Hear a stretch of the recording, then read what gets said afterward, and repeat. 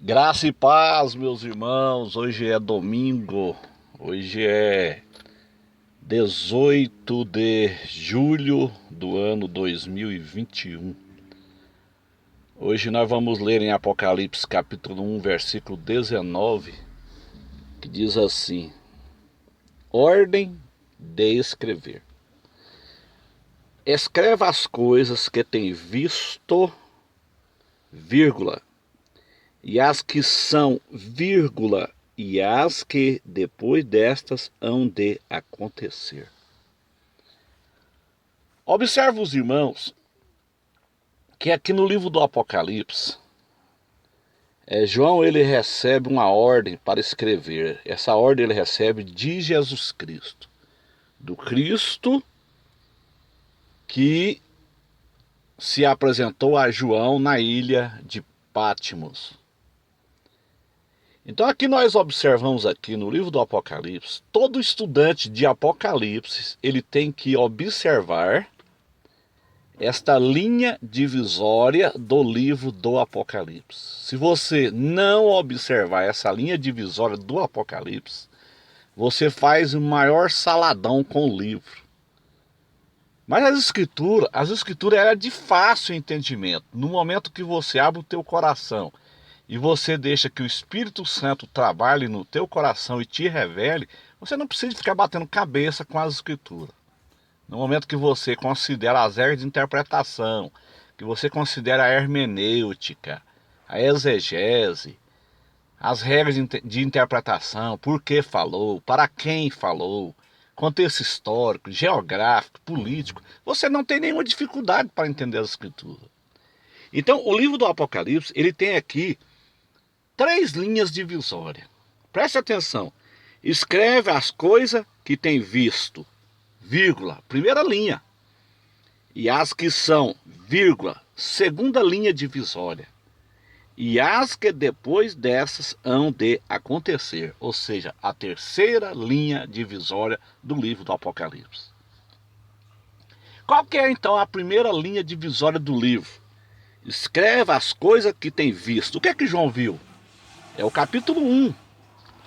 João viu Jesus, versículo 12, 1:12, e virei em mim para ver quem falava comigo, e virando-me vi 7 castiçais de ouro, e no meio dos 7 castiçais um semelhante ao Filho do Homem.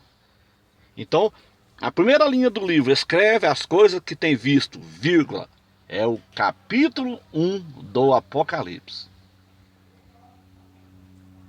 E as que são?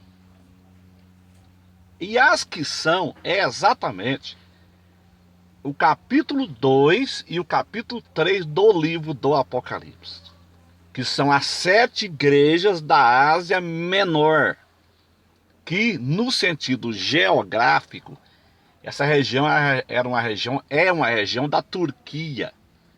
Hoje só existe lá as suas ruínas. Então são as 7 igrejas da Ásia Menor no sentido geográfico, mas também no sentido futurista, no sentido profético. Essas 7 igrejas representam toda a era da igreja, desde a ascensão de Jesus até o dia do arrebatamento.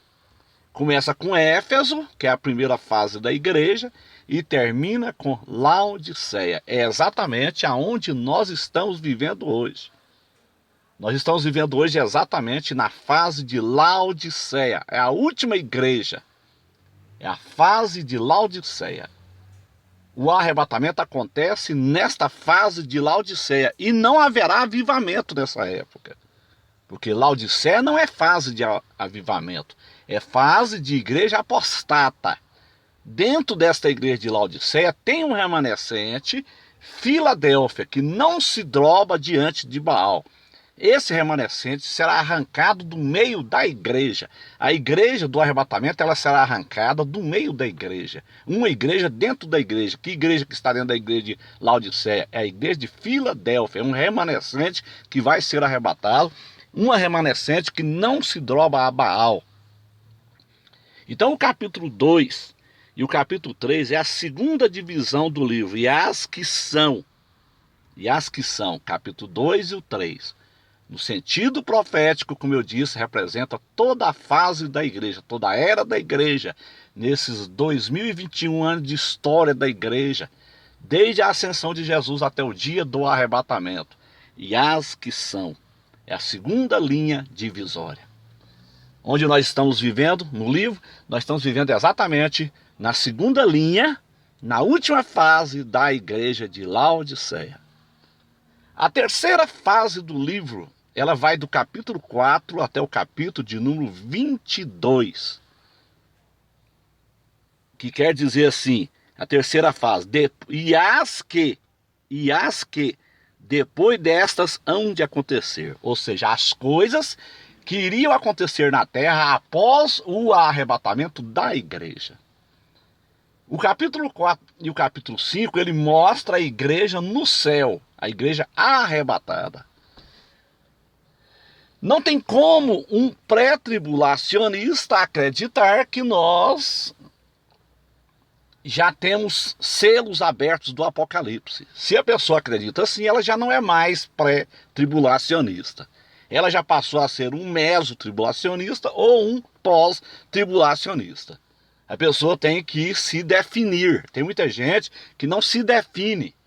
Tem muitos maranatas que não se define o que ele é. Ele não tem uma posição escatológica definida. Para ele tanto faz como tanto fez. Não é bem assim. Eu sou pré-tribulacionista definido e defendo essa posição de unha e dente. Porque esta é a posição correta da escatologia. Os melhores peritos em escatologia são pré-tribulacionistas. Então, e as que depois dessas hão de acontecer?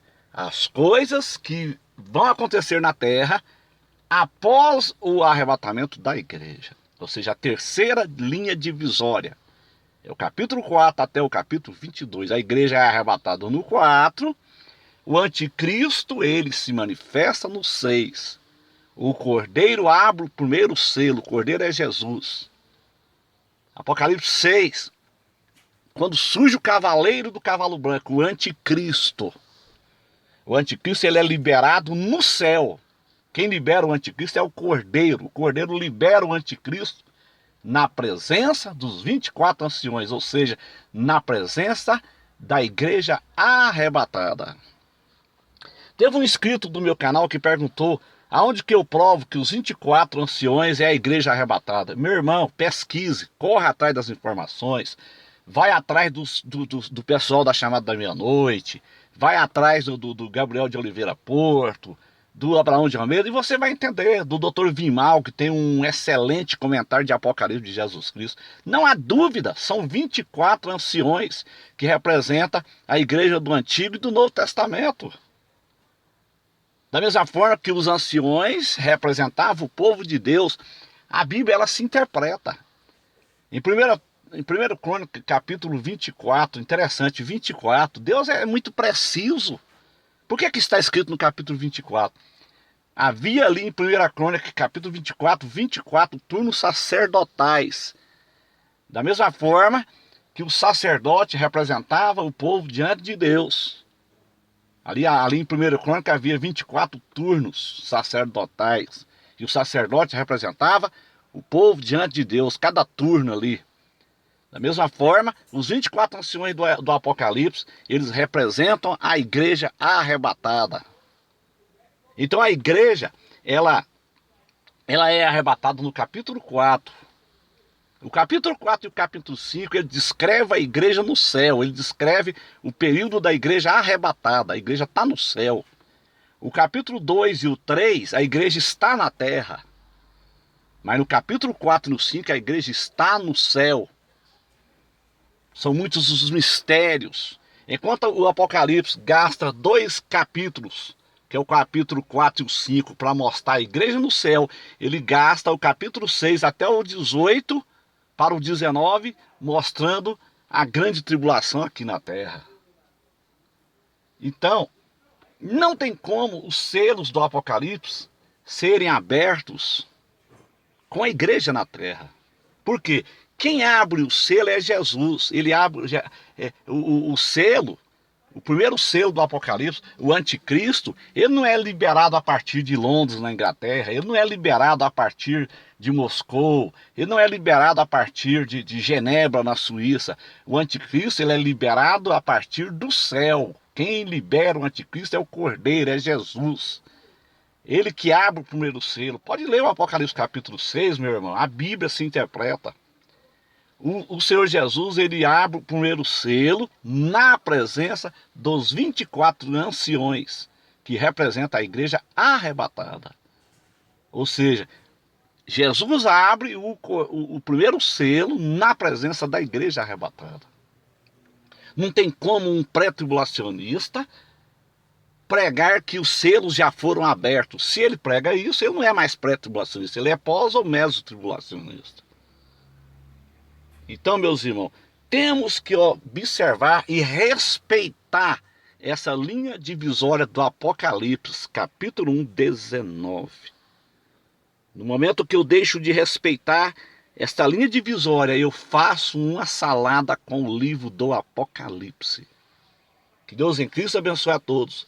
Tendo todos um ótimo domingo na presença do Pai Celestial. Amém.